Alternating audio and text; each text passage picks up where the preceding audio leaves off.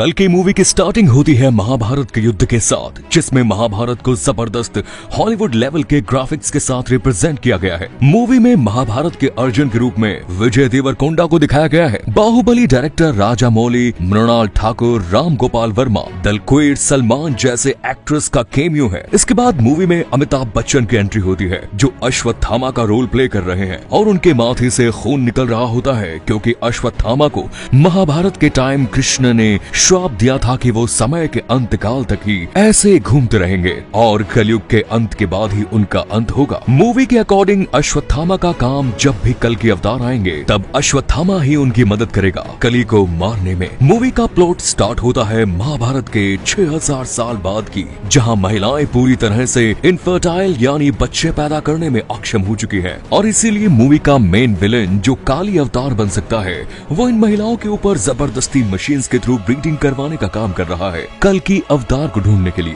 क्योंकि इसी समय कल की अवतार का जन्म होना तय है। और सुप्रीम यास्किन देखते हैं कि अगर कोई बच्चा 150 दिनों तक प्रेगनेंसी पीरियड में सरवाइव कर जाता है तो उस माँ के पेट में कल की अवतार हो सकता है। और ये सुप्रीम यास्किन का मकसद उस महिला के गर्भ से खून से अपनी शक्ति को हासिल करना है, और वो महिला दीपिका पादुकोण, जिसका मूवी में नाम सम 80 यानी सुमति से रिप्रेजेंट किया गया है, जिसका जिक्र महाभारत में भी मिलेगा। फिर मूवी में कॉम्प्लेक्स नाम की एक उल्टा ट्रायंगल या पिरामिड वाली जगह दिखाया गया, जहां दुनिया भर की सभी अच्छी चीजों का रिसोर्सेज है, लेकिन वहां अंदर जाने के लिए 10 लाख यूनिट्स की जरूरत पड़ती है, जो कि तब के टाइम की करेंसी है। और अगर यूनिट्स नहीं है तो आपको बाहर जानवरों की तरह रहना पड़ेगा। और यही एंट्री होती है प्रभास की, जो कि गुंडों को मारकर बाउंटी से यूनिट्स कमाते हैं और 10 लाख यूनिट्स जमा कर इस कॉम्प्लेक्स में जाने का सपना देखते हैं। अब इसके बाद दिखाया जाता है संबाला नाम की जगह, जो नॉर्मल आम लोग खुली आंखों से नहीं देख पाते।